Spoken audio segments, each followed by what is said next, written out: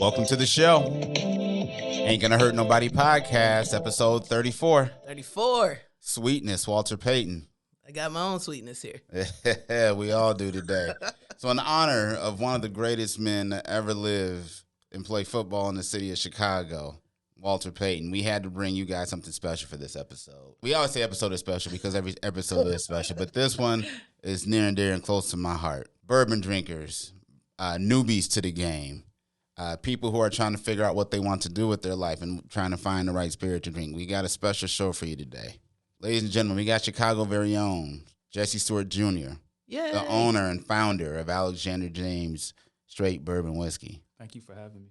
Thank you for coming today. Thank you for making the time. We know you're a busy man, so a little bit. we appreciate you carving out time. Thank you for providing these libations. Oh, yeah. Thank you. Yeah. Always. Wherever, if you ever see me, I got it on me. Oh, Keep it on me. famous last words. I keep it on me. Yeah, my second pour already, so it's going to be a really good show for y'all today. So, Jesse, we brought you here today. You know, you and I have been bumping into each other over the years, and we had a chance about a month ago to really kind of chop it up. And you kind of actually took me through your entire line of products. But before we dive into it, you mind telling everybody about Alexander James and telling us about the brand and how you founded it and why you founded it and, you know, being a Black-owned bourbon based in Chicago. We want to know all the deets. Sure. Well, born and raised Chicagoan. Everything I do is for Chicago. Okay. But the brand is named Alexander James after my son. That's his first and middle name.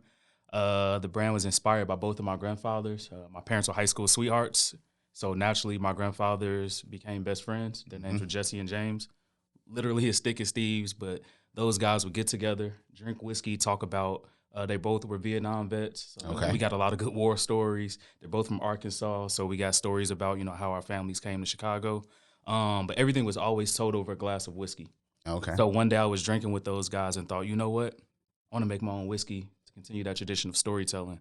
And what better name to name it than after my son? Oh, man. Oh, that's cool. Man, it's going to be special today. You can finally have your first glass with him. Yeah, I can't wait. that's He a just turned tearjerker. 5 Friday. Okay. Oh, okay. He's very well aware that he has a whiskey brand named after him, which is really funny because he's like, Daddy, where are you going with my whiskey? Like, you got to go make people buy it, buddy. But somebody did ask him one day. They were like, have you had your whiskey yet? And he looked at him like, no, that's for grown-ups. I'm like, thank you. Good job. This is Right. not the one time you decide you want to fabricate. Yeah. Good answer. I drink it all the time. Right, no. He's never had his whiskey, but yeah. So, it's, you know, one thing I heard you just say, you decided you wanted to start your own whiskey. So tell me about that journey. Let's start about when it started, and then let's get into the how. We got into the why, so let's talk about the when and how. Sure. So I launched the brand officially on my 30th birthday in October 2021. The process was, I started everything back in 2000. It had to be the end of 2017. One day at like 3 a.m, I just went on the internet and Googled distillers, and I emailed probably about 300 distilleries around the country. Oh, wow. And only like 3 of them got back to me. Was that still at 3 a.m. or a Yeah. different day? No, like I did it at 3 a.m, but Okay. like But over after, weeks and months. after like Yeah. that whole time, only 3 people got back to me. Oh, wow. And one of them happened to be a guy named Jesse. His name is Jesse at Two Eagles Distillery in Mount Prospect. Okay. Oh. And I work at O'Hare, and he emailing him like super early in the morning. He's like, yeah, I'll be at the distillery today. If you want to come by, try some of my products, and let's talk. I'm like, hey, I get off work at 8, you know, and I ended up just going to the distillery, meeting him. It was super cool guy, great dynamic, and just talking about everything but whiskey. We had a lot of commonalities. And I'm Okay. like, you know what? I think this is going to be a good partnership. And it just turned into that. Nice. Oh, that's cool. So for those out there who don't know, can you tell us a little bit why bourbon and what's like special about bourbon and what kind of separates bourbon from other spirits out there? Sure. Well, obviously, I said the reason why I chose whiskey is because of my grandfathers. I got into bourbon probably about maybe a year or two before I, started the process. Okay. I think everybody's first whiskey is probably Jack or Jim Beam. Mm-hmm. When I was in college, I started drinking Jack, and eventually my dad and his best friend really got heavy into cigars. Okay. So I would be with those guys all the time, And then I kind of went from Jack to like Jameson, then Scotch. So Scotch really is what made me even go to the bourbon route because of, it's so many different types of whiskeys in general, but I tried a bourbon. I can't remember which bourbon was first. And then I went to Benny's and just was like in the aisle, just like, oh my God, there's so many options. Yeah. So every month I would buy like 4 or 5 different bourbons. Nice. And then just kind of figure out like, this is what I like, this is what I don't like. And then obviously the stories behind a lot of the bourbons. Okay. And I just was intrigued. So that's kind of how I got into bourbon. Nice. Can you tell us the difference between bourbon and whiskey? Sure. Bourbon has to be at least 51% corn. It has to be aged in new American oak barrels. It has to be made in America. What's cool about this product, you're from Chicago. And what high school you go to, by the way? Yeah. Got to You didn't ask mention question. that. You didn't say I went that. to Marian Catholic. There you go. Okay. There you go. So being from Chicago, doing it here, your first delivery of the product was here in the city, right? Yes.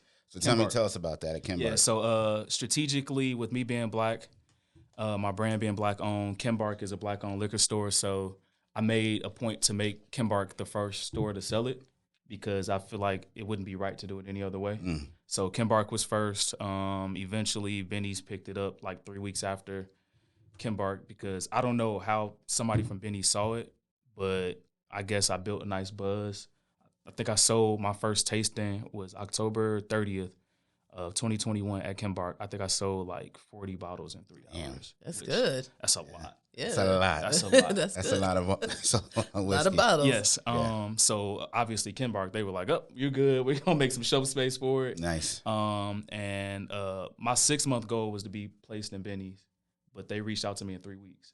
Wow. So that whole thing took off too. I had a couple questions. So being a novice to like this whole process, I have 2 questions for you.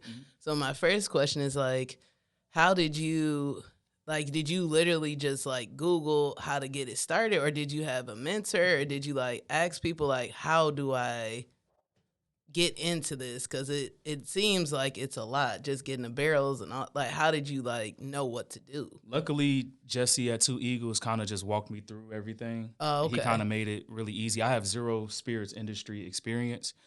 So Google kind of was my best friend. And then luckily, Jesse just was like, hey, I think you should do this. Hey, I think you should do that, which is really funny because whenever I ask him for advice, he always tells me, I won't give you advice because I've had my distillery for like 7 years now, and everything that like you're doing better than, like you're in Benny's, you're in Mariano's and Midway Airport. Like, don't take any of my advice. I'm like, no, I'm not gonna not take your advice. Like, he kind of spoke against Jesse is a great guy, but he didn't like the bottle design. He didn't think the color would look good. And a lot of people in the spirits industry speak against the color of like the orangish. Why? Why is that? They say that consumers can't see it, but everybody, that's like the second thing they say is how much they love the bottle. It's like complimentary. Yeah. So that's I think the good part about me not having spirits experience.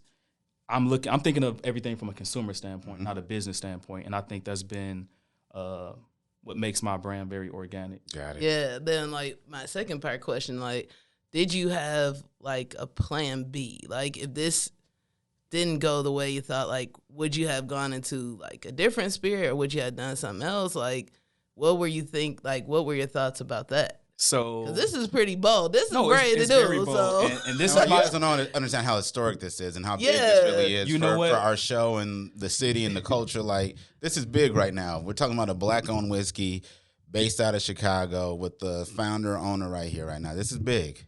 Yeah, you know what? In all honesty, I told myself, worst case scenario, it flops, and I have whiskey to drink for the next however many 80 years. million years. That literally was, to me, I told myself this is low risk, high reward. Okay. Worst case scenario, obviously you losing out on a couple bucks. Yeah. But I mean, look, this isn't my only means of income. Got it. And actually, all my money from the business goes right back into the business because I'm trying to expand. Okay. So I really didn't have any pressure to do it. That's what you're saying. Luckily, I'm blessed enough to. I love whiskey. I love the spirits industry, but I also work in aviation, which is my dream career. So, I mean, worst case scenario, I have whiskey to drink for forever, and I still got a job. Oh, so it's a win-win. Yeah. Yeah. Can't lose. Gotcha. Can't lose. So you mentioned you still have a 9 to 5, putting in 40 hours a week, clocking in. So can you tell us about that and balancing being an entrepreneur? Sure. Well, I work in aviation. I work at O'Hare. I'm the airport operations supervisor. I work midnight till 8. Okay. So I do have a lot of sleepless days. I have 2 kids. I got a 5-year-old and a 1-year-old. Ooh, in the trenches. Yeah. Yes. I was so grateful when he started pre-K because I'm like, all right, I got rid of one. Yeah. I love my baby. I love my baby boy. However, But yes, exactly. It's time. The 1-year-old is giving me a run for my money. I love her dearly. She's such a sweetheart. I knew it was a girl. I knew the 1-year-old was a girl. The terrible 2s are starting to set in. I'll wait till the 3s come in and they can start to articulate. 3s were, yeah. Especially with that girl. Oh, my goodness. Yeah, but work-life balance is something that I'm still kind of struggling with. Okay. I don't want to say struggling. I'm learning. It's a work in progress. But there are a lot of days where I don't sleep. It's days where I literally go to work from midnight till 8, come home, shower. My daughter's old enough to run errands with me now. Okay. So that's been really cool. Before that, like, it was kind of tough. But, I have a lot of meetings, Zoom calls, and all of that. So it's like I'm trying to, like, either put her down for a nap and then take my calls or, like, hey, it's going to be, you have an early lunch today. We're going to have lunch at 11. So I can try to, dip off. And, Gotcha. Not dip off, but, go to another room. We not judging you. It's all good. We get it. We not judging you. I don't want no people knocking at my door trying to take my kids. He dipped off, and he has whiskey on him.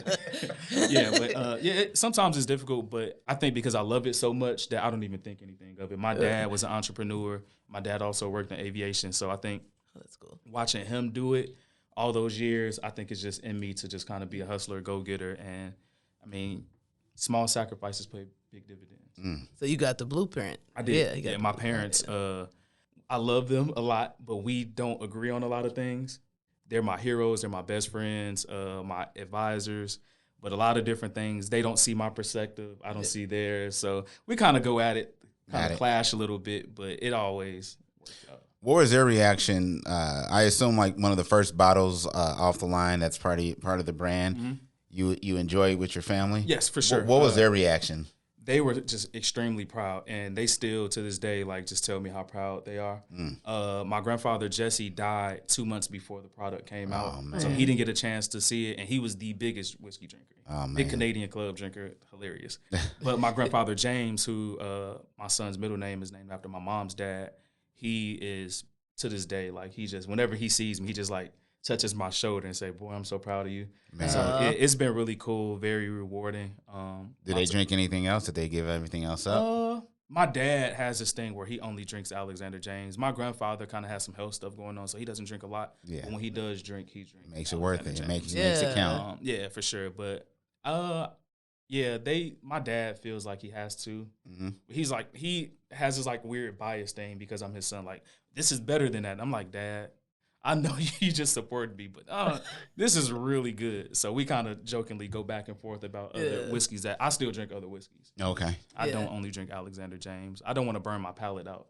But I listened to an interview of Victoria Edie Butler from Uncle Near's, his great-great-granddaughter. She says she only drinks Uncle Near's, which is kind of the opposite of myself. Yeah. What was she drinking 5 years ago, though, before Uncle Near's? Right, I'm not sure. We'll never know. We'll never know. Yeah, I don't think I'll ever only drink Alexander James. Yeah, I mean, you know what? For me, it's always nice to know what the marketplace is doing, what's being put out there. There's still the staples that you liked, and I get it. Like, even though bourbon is a spirit, like you have 2 expressions up here. That's just 2, and I know you have many more to come. And we'll talk about that a little bit. We got a few more questions about the journey before we get to the future. So, can you talk to us a little bit about like being a Black-owned bourbon, getting into Kimbar, kind of getting that love right away, getting into Benny's right away? Like, can you tell us about your expansion and how that's taking place, like since you've been at Benny's and what that looks like? Sure. So obviously Benny's makes everything easy. Okay. It's a saying in Chicago, if it's not in Benny's, it's not worth buying, which I find really funny because that's the first question people ask, is there in Benny's? And I can kind of just like stunt like, yeah, it's in Benny's. Yeah. Wherever your local Benny's is, you can go grab it. But as far as expansion, I got this weird thing of this is going to be how I want to do it. I don't have any partners. Okay. I don't have any investors, so it's all on me. Okay. Which is good, but it's bad because obviously I have my own views with things. But Yeah, everything is how I like it, how I want it. It's sold in stores that I like. If I don't like a store, I won't sell it there, which that kind of sounds a little brash. Mm-hmm. But it's certain dynamics. Like I like mom and pop liquor stores because me being, local, I have a special place in my heart for. Yeah, you can build that relationship. Exactly. Yeah. Like Armanetti's down the street. I love those guys. They're really cool. Whenever I walk in, they light up. They tell people about the product. The big chain stores, Benny's is a little different though because every Benny's, their workers are like super enthused about liquor. Like I don't know if you get that in the big box stores. Got it. So if Costco, Sam's approach you, what's that I'm not gonna conversation? say no. Yeah. Mariano's is should be taking delivery any day now. Okay. So that's gonna be my first experience at a big, chain. Got it. Even the onboarding process of like all the paperwork and all of that has been crazy. Like I feel like I'm doing like processing work to go to college or something. Yeah. Like that. Oh wow. It's intense. It's so intense. Do you have any staff or anybody, or is this a one man operation? 98% of this is me. Oh, you got to get a young virtual assistant or something. Yeah, I'm working on it, but I know how I want things ran. Yeah, And that's if fair. the person, I've been on a search. I do have some like reps that I have a gentleman and a woman that they're gonna be helping me out really soon. And I'm not gonna lie, I don't want to say I put them through the ringer, but it was kind of like a hey, I want you to shadow me, see what I'm doing, because it has to be as if I'm there. I do all my tastings myself because nobody can tell my story the same way I tell my story. But as far as I'm sorry to kind of get back on topic, especially my on-premise bars and restaurants. Yeah. If I'm only sold in places that I like. I like to eat at. Certain spots, they're not going to sell bourbon. Certain places is not meant to be. And I've accepted that early. I know a lot of people think I should try to get it everywhere. I don't want that. I would rather it not sit and collect dust. Like if it's there, I want it poured. Got it. It makes sense. Yeah, you can't argue that. So I'm taking a slow grind approach. I probably could be a little bit bigger than what I am and in more stores and restaurants. But I'm cool with how it is because I have a good rapport with all of those stores and restaurants. I have a good following where I have people that literally go to the same place every like Wednesday and order Alexander James. Oh wow. Like that's what I want. Got it. Yeah, because it's like that. It kind of reminds me of like rappers. It's like when you have like a big pop rapper, Drake, and then you have You like Drake? I don't like Drake. What? At all. She doesn't like Drake at all. I'm Not not at gonna all. lie, I'm a Drake stan. I love We saw him at I really enjoy his music. we're huge music festival. Not his people. like singing stuff. Like I respect it. Yeah, I'm not. But I'm not. when he like, raps, like when he for real raps, I look like when he popping his stuff. But she doesn't buy him as a rapper because he's a singer. Like, is it because he light skinned? Nah. Why would I do that? She's Why light-skinned. would I do something like that? Nah, Drake. It's just I just keep seeing him on. What was that show he used to be on? The Grassy. Yeah. I never watched that show, so Yeah, I don't think any of just- us I missed have. that. Yeah. Nah. But yeah, I respect your music choice. Anyways, the point that I was trying to make is that like how it's like them underground rappers that like no matter what, like they're not super known, but they have like the same people Currency. that Currency's like, my favorite rapper. like, Jay-Z they're is going- like the god MC Yeah. to me. But Currency, Yeah, I've been listening to Currency Currency's- since like 05. Okay, so you're Okay. redeeming Yeah, yourself. yeah, yeah. I'm glad you're here Yeah, now. Spitters, I literally Okay. listen to him in the car. But he's like awesome, Underground, and same way. everybody is going to like see him. The same fans, everybody like that's kind of what you want because sometimes people waver. I feel like you don't want wishy-washy people too. So No trends, no. This is for everything. I did a panel the other day and they asked, do I participate in trends and how do I like keep up with the times? Trends come and go. You don't want that, especially not in an industry like this. Like there are some companies that they make a big wave because a celebrity endorses it, and then it kind of fades off. Like you don't hear about it anymore. Yeah. I don't want that. I don't want that at all. Is there any concern about potential, I don't want to say bourbon fatigue, but just the proliferation, right? Because we know probably in the next 5 to 7 years, there's been a ton of expansion down in Kentucky with a lot of the big distilleries, and I think their ability to produce larger quantities of currently allocated stuff. We're going to see in the next 5 to 10 years, we're going to see like Blanton's and Eagle Rares and all that stuff. We're going to see that Is there any concern about there being an oversaturation in the bourbon market? Nah, because the base that I'm building with my consumer, these are people that they're like currency fans. They're here no matter what, currency puts out. Whenever he drops it, they're going straight to download it. So Yeah. I think I have a pretty similar following in the sense of I think I'm building a very loyal customer base, and my story. I think all of that plays a role in me kind of just solidifying myself. And I got 5 years to figure it out. I'm also growing too at the same time. But I think in 5 years, I'm going to have some people that only drink Alexander James if they're going to drink a whiskey. Oh, so that's going to work in my favor. That's the ambition. Yeah. Tell us a little bit about the products you have on the table there and the difference between them. And I think we love to hear a little bit about what's to come. Sure. So this bottle here is my regular straight bourbon. It's aged 3 years. This is my flagship product. So this is the one. This is the first product. This is the one that will always be here. This is my barrel proof. I released that on in Black History Month. My barrel proof is 119 proof. Okay. So I kind of got some flack from the real bourbon enthusiasts, like, "Oh man, you need to do a higher proof." And I'm just like, "Be patient, it's coming. I just gotta roll it out the way I want to roll it out. Take my time." But yeah. So these are my two products. Same product. That's just barrel proof. It came out the barrel at 119. So talk to a little people. What's a straight whiskey, and then talk about what's a barrel proof. Yeah. So the straight bourbon is a straight bourbon has to be if it's aged under 4 years, it has to be classified as a straight. Okay. And what was your question? I'm sorry. And then barrel proof. Barrel proof means whatever the liquid comes out of the barrel at.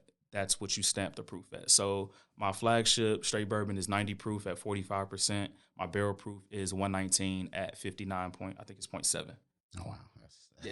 That'll wake you up. Oh yeah, for sure. And you know what? For a while, so I drink the regular straight bourbon neat at room temp. Okay. My barrel proof, I was trying to drink it the same way, but I wasn't getting super slapped, but it just didn't hit right for whatever reason. So I'm like, all right, let me try a drop of water. Okay. And then open it up. I'm like, okay, this is good. And then I use a whiskey cube now when I drink it, and it melts and it opens up the profile, and I starting to drink that more than that. As far as new products coming out, I have a rye coming out.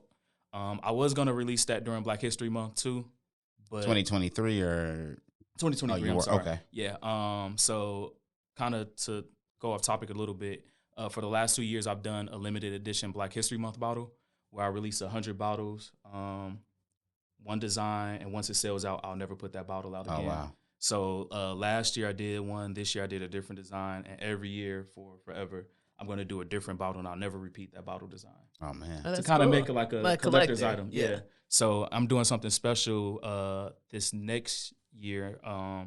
If you have all 3 bottles, even if they're like empty bottles, I have something special for you.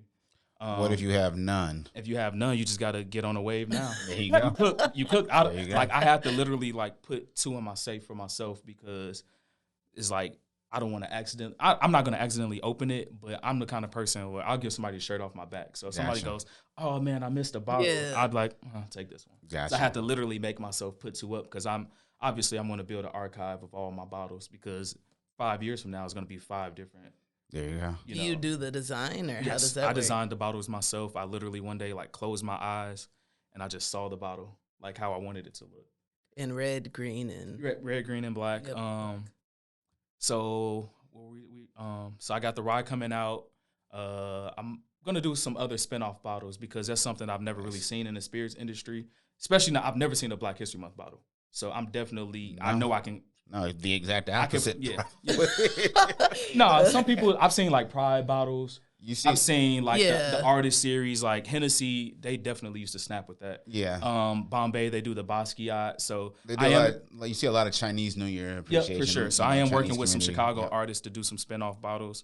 But yeah, just all the things that I like, I'm trying to just bring something different to the industry. That's cool. And why not do a Black History Month bottle? Like Black people consume a lot of alcohol, so let's do something catered to my people. We do. I think what's interesting, because Joy and I have done the Bourbon Trail twice together, and I think what we learned is not only do the number of Black people we see down there just on our own, not even like as groups, right, and the number of women as well who really mess with bourbon as a spirit. It's ironic enough, one of the things that started to draw Joy and I closer together is, bourbon. I learned in my 20s that clear liquor does not agree with me at all. Several of my incidents in my 20s was because of clear liquor. Not incidents. Yeah, it's whatever. Yeah, it happens. Yeah, that's in the past. But then, so as I started going, I was like, all right, this cognac agrees with me. However, I could feel the sugar in my blood still in the morning. Cognac doesn't. I could do a drink or two, whatever. But then, like bourbon, it just started to hit me, and I caught the wave before it started being a wave or whatever. So I feel like I caught it like in 2012ish or whatever. So I was able to like slide in and get some nice bottles before the world got crazy on us. But I feel just the ability for like bourbon to be one of Joy's favorite spirits now. It's like it allows us to like share a bottle. Yeah. Not saying that, and I think the beautiful thing about the spirit, and I think most of you know, like I am a huge bourbon enthusiast. So I'm trying not to shake and be like a fanboy over here right now. What's going on? At Leaders, that was like last month. We had like an hour-long conversation about whiskey. Yeah, I can. Yeah, he was teaching me stuff. I'm not an expert by any means. I only have 5 years of experience. You know what? I'm not an expert either, but it's fun, right? It's something. You're always learning something new. It's always a new product to try. Expose yourself to new things. But I think like just seeing the way that's bourbon specifically as a spirit can it's something my wife and I can enjoy together. And we evolved from like the Crown Peach and Crown Apple, which we still love, but we're all sipping. Yeah. Straight your 3-year-old right now, and it's like it gets the job done. Nothing's gets the job done. It's good. It's like it's easy to sip. Yeah, something that I wanted to do. Sorry to cut you off.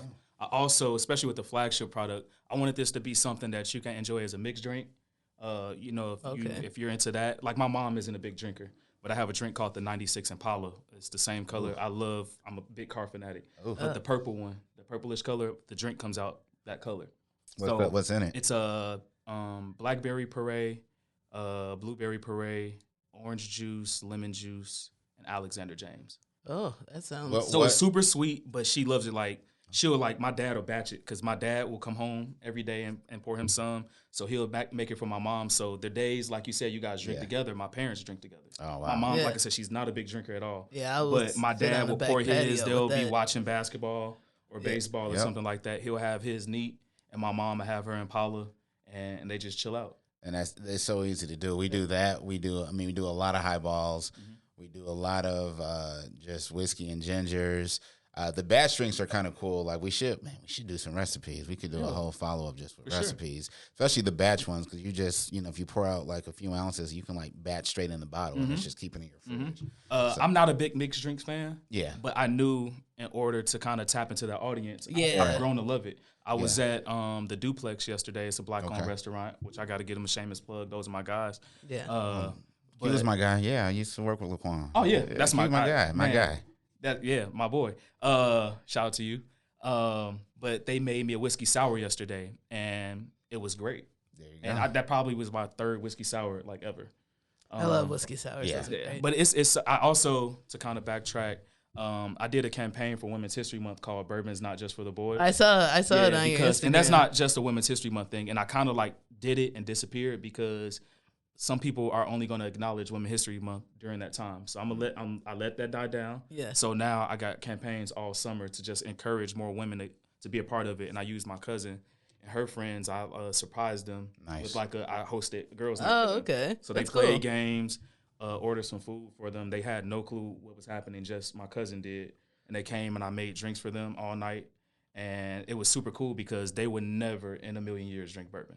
And they were like, "You sure this is whiskey in this glass?" And if I pretend that I've never had whiskey, will you do the same for me and my friends? We can work it out. I mean, we're family now. We locked in. So I got you. We could work something out. Yeah. I came up with some really cool cocktails. I'll go on the internet and look at stuff that sounds good. I'm going to tweak that. I'm going to take that out, change that. Yeah. Like drinks with Prosecco. Who would think to mix Prosecco and bourbon? That's an interesting one. Prosecco, that's one I've never Prosecco, had. bourbon, grapefruit juice, and Was it simple syrup? No, I don't. Maybe it was. I can't remember off the top. But grapefruit juice, yeah. And I don't like grapefruit juice, but I do now because I freshly squeezed everything. Like I felt like a mixologist because I did all the prepping and everything. I really took it serious, and it was really cool, their reaction and everything for that. So bourbon is not just for the boys; it's for everybody. It's for all. Everybody, you too.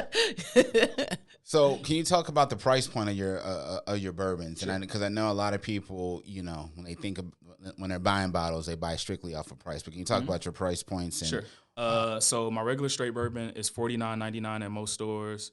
The barrel proof isn't at every store. It's only like 4 or 5 stores with it, and only mom and liquor stores. Benny's won't get the barrel proof. Just to add some exclusivity, to make people go shop in our neighborhoods. Okay. But that's $79.99.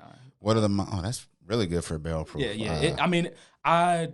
I don't want to hit you across the head. Like, gotcha. I want you to be able to go to Benny's or go to whatever store, buy that, and get something else. So I'm not trying to take everybody. Yeah, for perspective, a lot of barrel proofs are going to run you 90 to 120. Yeah. And it's not even like something allocated special or particularly good. This had the privilege of having it. That is delicious. I was able to take it down straight, but that is a good price, ladies and gentlemen. So I know that sticker shock can get some of you, but don't let that trip you up. My rye will be $59.99. Okay. So kind of in between. But also when I used to shop at Benny's often, I really don't buy a lot of bourbon. I still buy it from time to time, but I try to stay between like the $40 and $60 price point. Nice. That's why I'm like right in the middle. That's where a lot of people are playing like these days now. It's hard to find a quality one in that 30 to 35. Yeah, it's tough because cost of goods have gone up tremendously, and that's something that with COVID kind of, even though I didn't come out during COVID, I kind of got like corks. The price of corks went up. Yeah. So it's like I can't, and a lot of people, including my distiller, kind of said, "Hey, I think you should bump your price up." Like, man, I'm gonna try to keep my my flagship product the same. You're still trying to introduce people. My goal is to keep that at that same price point. It's really hard though because you're kind of losing margin a little bit. Yeah. But to kind of backtrack to what you're saying, with the big guys expanding, me staying down with my customer and keeping that price point the same, even though I lost a couple bucks, I think that might keep them locked in with me. Absolutely, and I think that's one of the things as an entrepreneur people don't understand, especially with an aged product like a bourbon. You have to make your glass decisions for 5 years from now. Today. Which is crazy. I'm not good at planning at all. I don't plan anything, which is a bit, I don't want to say a big character flaw, but that's something that I've grown to have. I have to plan. I have to forecast. Yeah. And the first year was really hard because you're forecasting off of something that you don't know. I mean, your goal is to make it to Benny's in 6 months. You got there week 3. So it's all of a sudden everything shifted. And every time I'm like planning to like expand out of state, something big happens here. And that's a lot of people. I get DM probably 20 times a day asking, "Hey, are you in this market? When are you going to be in this city?" And I have to tell them like, not yet, it's coming, but I got to take care of home first. And I think a lot of people have that question a lot. With the spirit, can you talk about some of the complexity of where you can sell your spirit? Like, people can't just go onto a website like Benny's, right, and then order it and then have it shipped to their state. So Illinois, so all 50 states literally have their own rules, liquor laws because of prohibition. That whole thing is crazy. That would be a really good topic, prohibition. That whole thing. And you come on back. I'll definitely come back for that because I'm still learning about the after effects of prohibition. But bring the Impala when you. We can. All right, draft it up on the spot. But you were asking about So Illinois is one of the few states you can't ship out of state. Gotcha. So Benny's can ship anywhere within the state, which is crazy because like Florida, I think is one of the states they can ship to like 38 states. Gotcha. And I think Illinois is one of them. So if you have distribution in Florida, you can reach certain markets. So that's kind of my expansion plan. So my expansion plan, I'm trying to hit the states where I can kind of have a reach to every other market. See, I would have never. I didn't know that part. Yeah. See? So every state is different. Illinois is one of the few that you can't ship out of state. Like people try to, let me buy a bottle off of you. We're not doing it that way. That's illegal. I'm trying to keep this as legal as possible because the next person after me, I don't want to screw this up and I do some illegal stuff, get fined, not, get taken off the shelves, and then the next person that's black comes along and they go, man, that last black guy was taking shortcuts or bootleg and selling it out of his trunk. Like, I'm not doing that. Because they a lot of people don't understand, like, oh, it's money. You're turning down money. Like, I got to do this the right way. I'm always going to do it the right way. Yeah, you can't be myopic. Yeah. So, so it's a 3-tier system. You have the supplier, distributor, and then account. So on-premise or off-premise. On-premise is anywhere where the alcohol can be consumed on site. Off-premises are like your liquor stores. Gotcha. So, it's 3 different tiers. So you can't skip the one. Like, so the supplier has to go through a distributor. Distributor can only sell to, bars and restaurants and stores. Gotcha. So you talked about like the next black whiskey. So with starting a business, I was told early on, no matter what business, either your goal is to grow your business to the point where it is enough to sustain you and allows you to achieve not only your brand goals, but allows you to achieve your financial and family goals. Mm-hmm. And then ideally you have enough money that you can buy other brands and or your company is worth enough where you can sell it.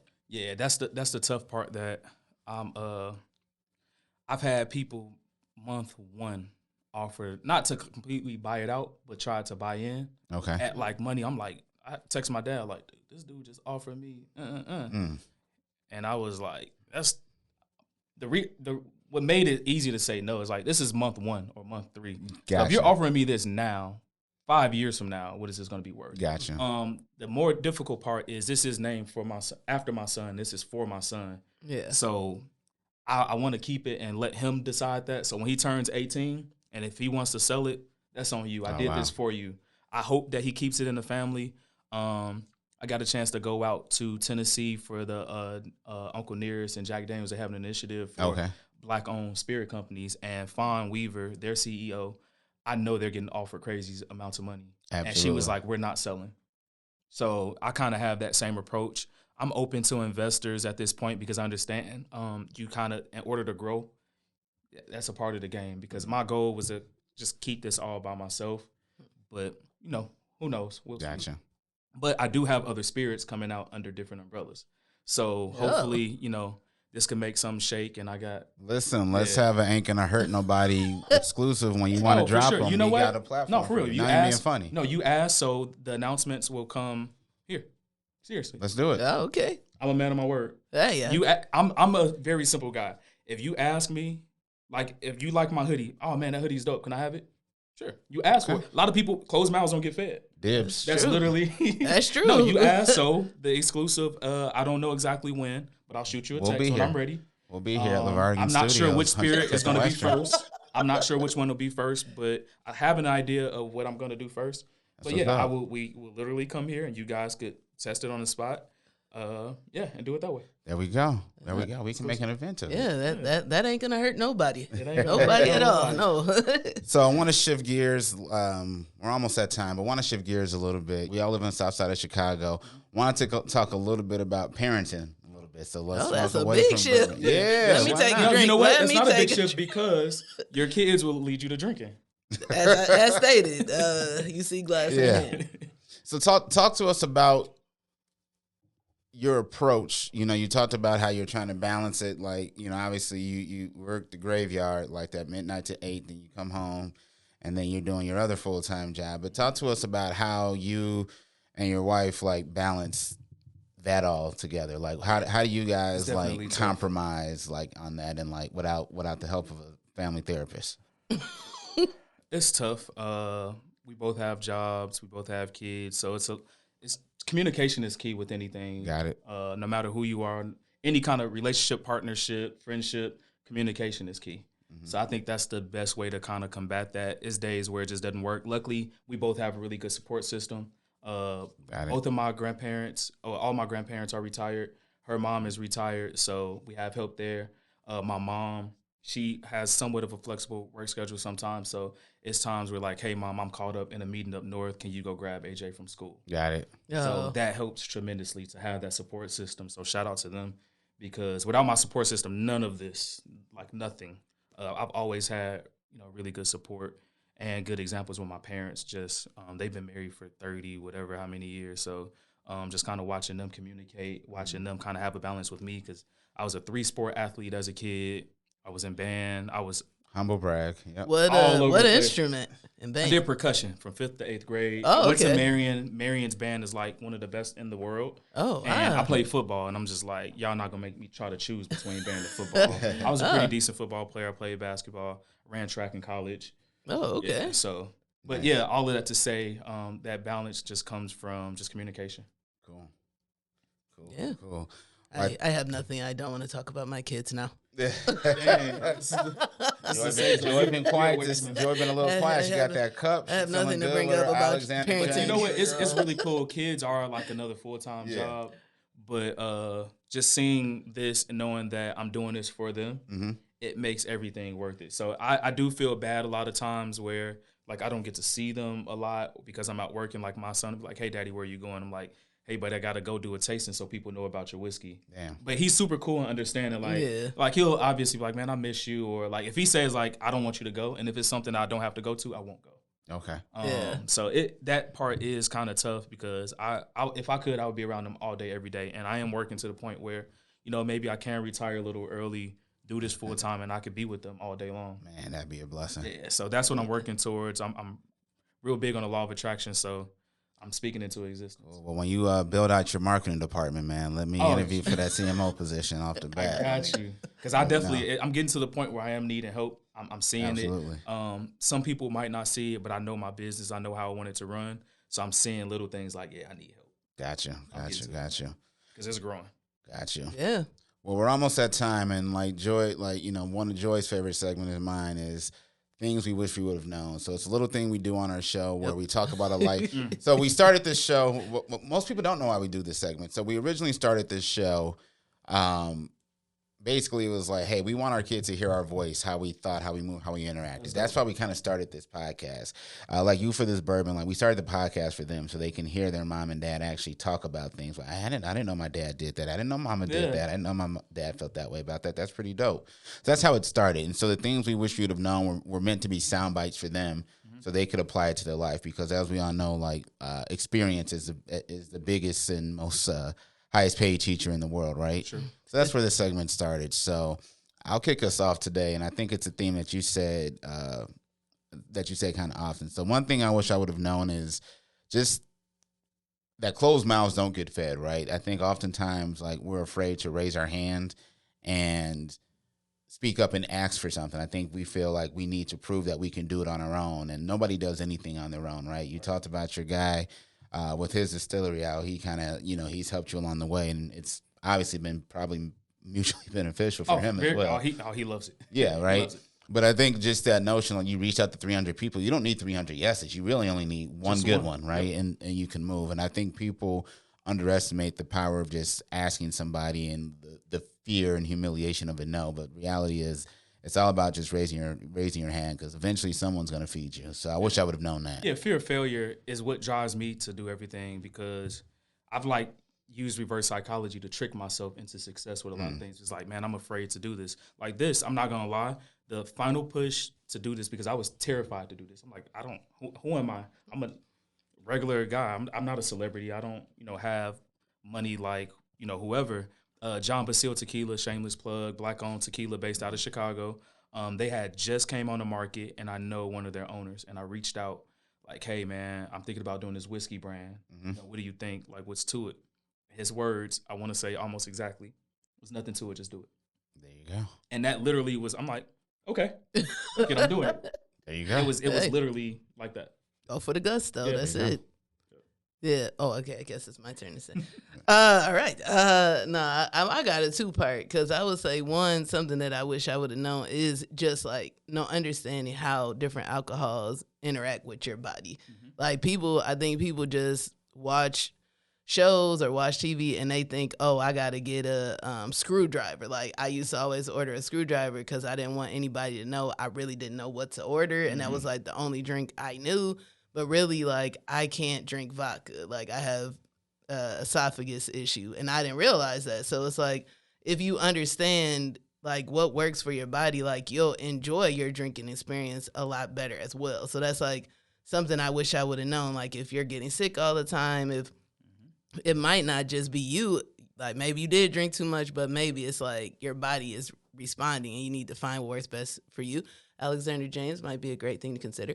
And then and then secondly, mad respect to you because like my granddaddy, Tommy Brindley Jr., he owned a liquor store in Milwaukee, Wisconsin, where I'm from. And like it was a big deal, but it's just like, I'm glad that you're like continuing on because, you know, eventually he lost his business and it didn't stay in the family. And it's just like one of those, like you think to yourself, like, I wonder what happened. I wonder what could have been done different. And I think that the fact that you're like so keyed into legacy and not like necessarily keyed into money is something that I wish I would have known. Like it's important to be like keyed into legacy and like legacy building. Yeah.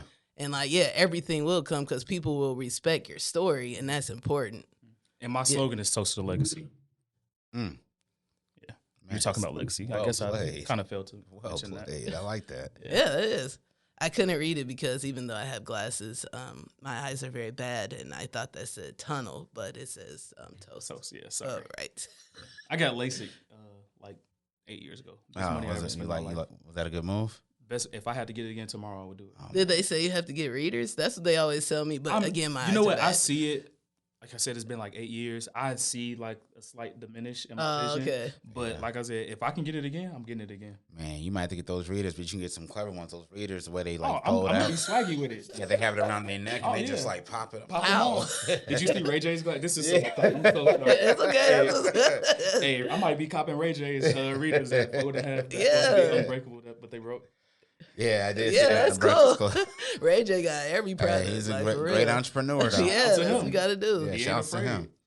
Cool. I guess it's my turn. Something I would tell my younger self is don't be so hard on yourself. I'm a very, like, I overthink everything. I have always been afraid of failure, and everything always works itself out. So just give yourself some slack, cut yourself some slack, especially when you know you put in the work. My sports career didn't go the way that I wanted it to, so I try not to be regretful because I always have like, man, if you would have did this or you didn't do that, you probably could have. But everything always works itself out every time.